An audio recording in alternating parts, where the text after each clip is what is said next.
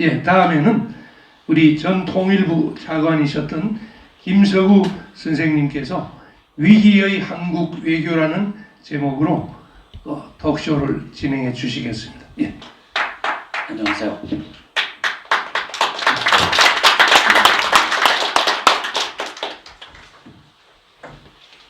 이 2차 대전이 끝나고 나서 전 세계 신생 개도국이 140여 개였었는데 그 중에서 유일하게 대한민국이 경제발전, 한가해지죠. 그리고 정치 민주화를 이루었습니다. 그래서 우리들은 1948년 대한민국 건국이 되고 그 다음에 전쟁 거친 다음에 한 50년 동안 정말 아까 이석복 장군 말씀하셨지만은 위대한 대한민국을 만들었습니다. 이 위대한 대한민국을 만드는 가장 큰 밑받침은 한미동맹입니다. 6.25가 났을 때 도와주고 경제 원조해주고 그 다음에 그 민주주의를 위한 여러 가지 그 조언을 해주고 해서 그것이 바탕이 돼가지고 지금 우리나라가 이러한 위대한 대한민국이 됐는데 이 위대한 대한민국은 옆에 있는 중국이라는 큰 제국 옆에 우리가 지내면서 5,000년 동안 중국보다 앞서간 유일한 50년이라고 지금 볼 수 있습니다. 그 유일한 중국보다 앞서갔던 50년이 지금 이제 물거품이 된다는 그러한 두려움을 가지고 저희들이 말씀을 드리고 싶습니다. 중국 실은 저는 1992년에 한중 국교 수립을 할 때 외교부에서 아주국장으로 담당을 했습니다. 그래서 중국에 저희 친구들도 많고 한중 관계가 더 잘 돼야 되는데 그런 기본적인 생각을 갖고 있고 친중파라고 할 수 있습니다. 그럼에도 불구하고 최근에 이러한 변화 그리고 대한민국의 지금 문정권이 하고 있는 것은 도저히 용납하지 못할 것들이 너무 많습니다. 원래 중국은 2010년에 일본을 앞질러서 G2가 됐는데 지금 중국이 추구하고 있는 것은 100년의 마라톤이라고 얘기를 하고 있습니다. 공산당이 창설된 게 1921년인데 100년이 되는 2020년에 소강사회, 인간다운 생활을 할 수 있는 사회를 만들겠다. 2025년은 중국 제조 강국을 만들겠다. 그 다음에 2049년은 중공정권 창립, 수립 100년이 되는데 그때는 미국을 제치고 유일한 패권국이 되겠다 하는 게 꿈입니다. 근데 1995년에 저희 정부에서 청와대에 있었는데 그때 강택민 주석이 와가지고 서울 일정 마치고 산업시찰을 간절하게 요청을 해서 저희들이 포항제철 보여주고 이 현대조선 보여주고 했는데 정말 수학여행하던 그러한 학생들처럼 한국의 선진기술을 보고 그렇게 정말 즐거워했습니다. 중국이 시장이 크다는 그런 이유를 가지고 외국 한국의 현대라든지 뭐 이런 공장이 들어오면 기술 이전을 굉장히 강압적으로 요청을 습득을 했고 또 미국이 요즘 지적하는 것처럼 기술을 훔치기까지도 하면서 지금은 굉장히 위협적인 그런 국가가 되었습니다. AI라든지 이런 나노라든지 이런 분야에서 굉장히 앞서가는 나라가 되었는데 최근 굉장히 두려운 일들이 많이 일어나고 있어요. 여러분들 혹시 기억하시죠?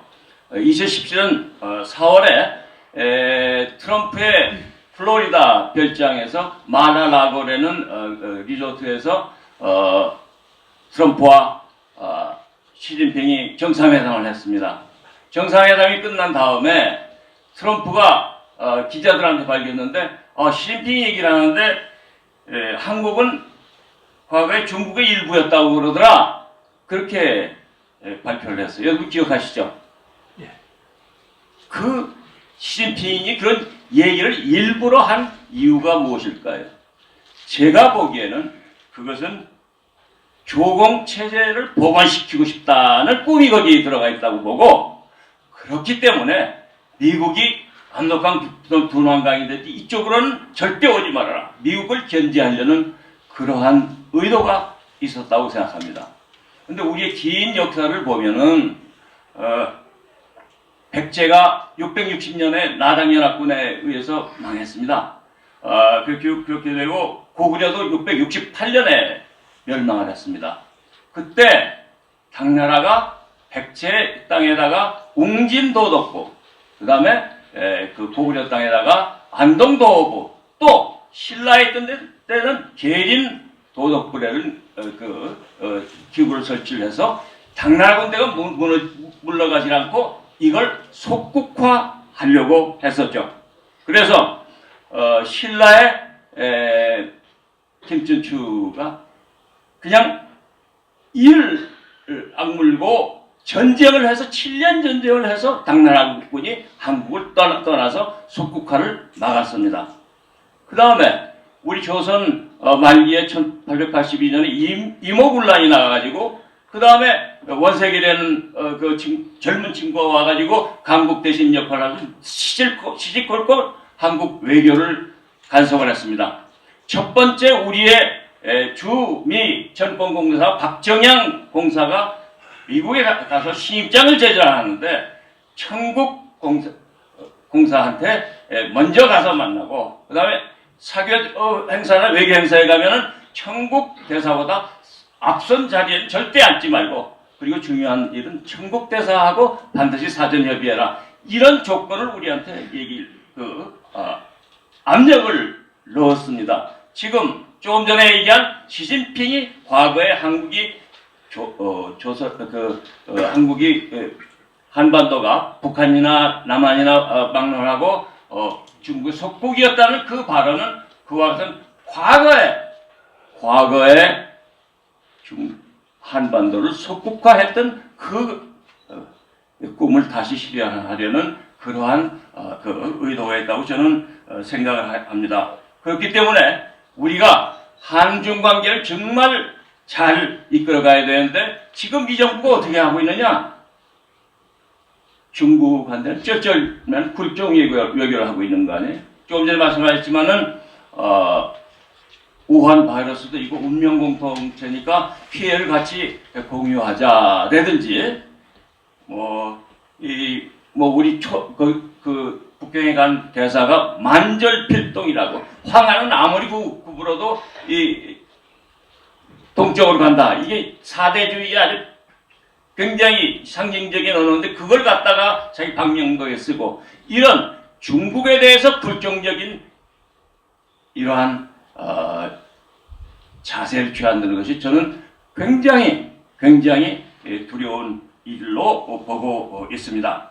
그러니까 그러면 그럴수록 중국한테 잘하면 중국이 그럼 우리를 잘 대화할 것이냐? 대통령이 공식 방문을 가서는 무시를 당하고, 대한민국 대통령이 특사로 갔을 때에도 하석에 앉히는 그런 의전상에 아주 홀대를 받고 있는 겁니다. 정말 이건 우리가 정말 경계해야 될 사실입니다. 그런데 다른 한편으로는 어떻게 하느냐? 이 북한의 소위 우리 민족끼리라는 그러한 슬로건에 따라서 지금 외교를 하고 있다고 봅니다. 우리 민족끼리라는 건 뭘 의미하는 겁니까? 반일, 반미로 가는 겁니다. 그래서 여기 주한미 대사관 관저에 그 대진연이 되는 청년애들이 담장 넘고 넘어가도 경찰들이 수수방관하는 이런 식으로 하고 있는 거예요. 한미 동맹이 가장 중요한 것은 한미 상호 방해 조약이고, 그것을 유지해야 되는데 그것을 약화시키려고 하고 있고, 유엔군의 미군이 가지고 있는, 유엔군이 가지고 있는 전시작전권을 빨리 달라고 하는 이러한 일들을 해서 한미 동맹 체제를 약화시키고 있습니다. 최근에 있었던 작년 말에 있었지만은 한일 정보보호 협정을 파탄시키는 그러한 시도가 일어나는데 그거야말로 반일을 이용해가지고 일본과 우리 관계를 떨어뜨림으로써 미국의 한미일 협력에 의한 이 방어 이것을 흐트리기 위한 그러한 시도였다고 봅니다. 그래서 처음부터 반미를 하기는 어렵지만은 반일부터 시작을 해가지고 하게 되면은 국내 정책으로 악용할 이런 소지가 많기 때문에 반일부터 시작을 해가지고 반미까지 이끌어가고 결과적으로는 한미일 협력 체제를 약화시키는 그런 방향으로 나아가고 있습니다. 그렇기 때문에 이것은 정말 우리가 그동안 대한민국이라는 기적 위대한 자랑거리를 우리가 가지고 있었는데 이것을 기초부터 흐트리는 그러한 역할을 할 것이라고 생각을 하고 그렇기 때문에 우리가 굉장히 조심을 해서 정권을 견제하지 안 되겠다 이렇게 생각합니다. 중국의 경우에는 물론 목표는 2049년에 미국을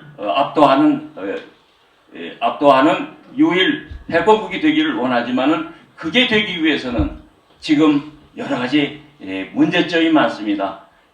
하드웨어는 굉장히 커졌음에도 불구하고 소프트웨어, 자유민주주의를 갖고 있느냐, 그 다음에 도덕성이 있느냐, 주변 연례국가하고 관계에서 호감을 사고 있느냐, 이런 모든 문제에서 아직 문제가 많고 또 국내와 마찬가지로 국제사회에서도 규범, 룰을 지켜야 하는데 그 룰을 잘 지키지 않으려고 그러는 거죠.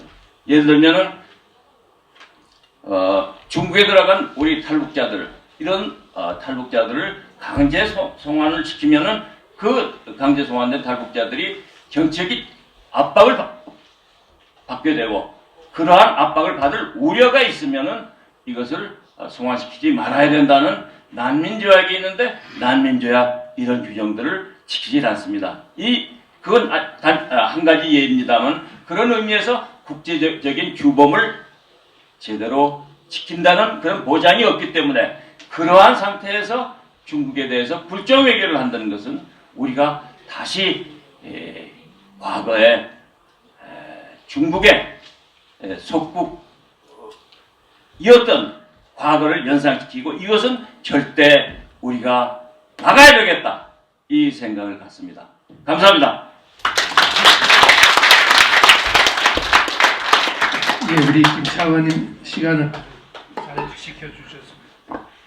위기의 한국 외교 한마디로 말하면 왕따라는 겁니다. 국제적으로 중국을 중심으로 또 우리 김정은의 대리인이라는 표현이 아주 회자를 했죠.